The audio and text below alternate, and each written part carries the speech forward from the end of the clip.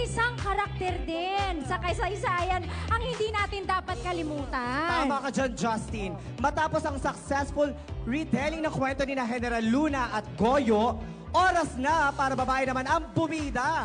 At ang karakter na ito, ngayon ay ginawa na rin ng pelikula na hango sa palangka-winning screenplay ni Rodi Vera. This will also be a tribute to her 150th birth anniversary. Ay, kabatch ni Pipay. Bakala. Walang age reveal. Walang ganun-ganun. 149. Oo. At syempre, di ba, historic nga yung film. Yeah, Pipay? totoo yan. And through a historic film, na ito ha, trivia lang, which took 10 years in the making. 10 years siyang ginawa. Muli natin siyang mapapanood ngayon at muli natin makikilala si Gregoria de Jesus o Kaoryang, ang langkambini ng Katipunan. Isang malaking karangalan ang makasama sa ating pagdiriwang at protesta ang brilliant minds behind this film treasure in the making. Producer Ellen Ongkeko Marfil and Direct Jeffrey Jeturian. Pero bago ang kanilang solidarity message, let's all watch this.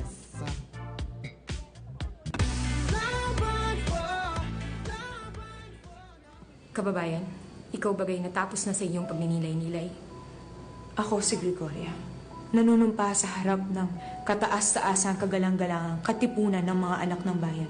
Mamili ka ng iyong pangalan sa kilusan. Nakambini. When I looked down sa ground, andon Gregoria de Jesus nakpil. So, kinilabutan ako. Talagang nagmumulto siya sa atin. Hanggang ngayon, nakikita mo yung dirt na yun, yung amoy na yun sa nangyayari sa bayan, di ba? It stinks. Paano mo alisin yung amoy na yun sa kasaysayan? Tapos ang panahon ko hanggang kay Aga naman. Hindi ko mapapantayan ng ligayang binigay sa'yo ng Supremo. Pero kung hindi ka man mapuna ng puwang na iniwan niyo sa puso mo ituring mong bagong kabanata sa iyong buhay. Pinawawalang saysay ko ang huwad na halalan na to! Andres! Huwag kayo magpapaputok!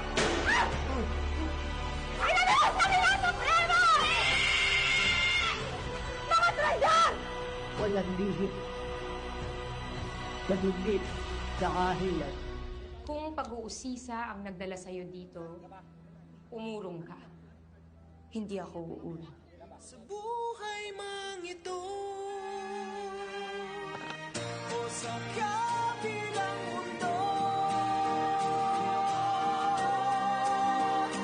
hanggat may pag-asa.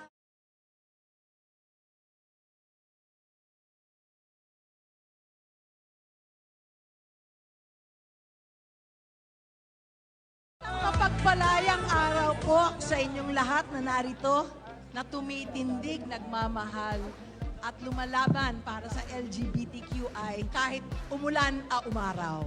Hindi po ba? Ang dami-dami nyo kahit umulan. Marami pong salamat. Ako po si Ellen Ongkeko Marfil, isa pong filmmaker at ako po'y nakikiisa sa inyo. Isa sa mga una kong pelikula ay sinulat ni Rodi Vera at ni June Lana ng Die Beautiful. I'm sure marami sa inyong nakakaalam ng Die Beautiful. Tama po ba? Sila rin po ang nagsulat ng mga Pusang Gala at nanalo po ito sa pinakamatanda at pinakamalaking LGBT Film Festival noong 2006. Kaya po nagkaroon ako ng pagkakataon na makasama at makita yung kung gaano kasaya at gaano kakulay ng kanilang parada. Katulad ho ng parada nyo, tuwang-tuwa ako kasi napakarami, na merong paninindigan. Ang sigaw po nila nun, one movie at a time para mabago ang isipan ng mundo.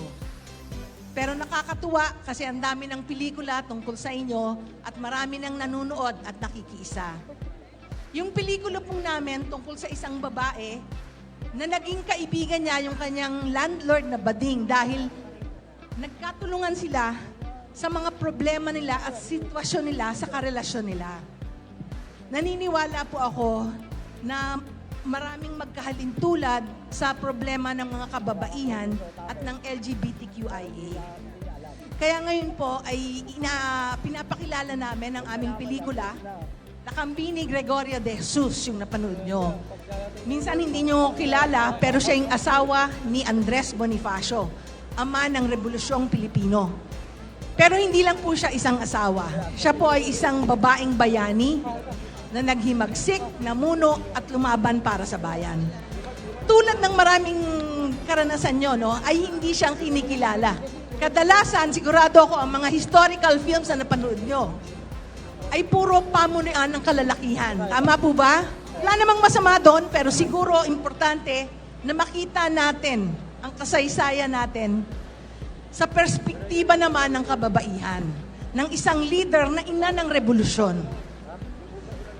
150th year po ngayon ni Ka Oriang at gusto po naming ipakilala siya bilang lakambini ng Katipunan, yun po ang tawag sa kanya. Ang salitang lakambini ay nag-uugat sa pangalang Lakan, male leader.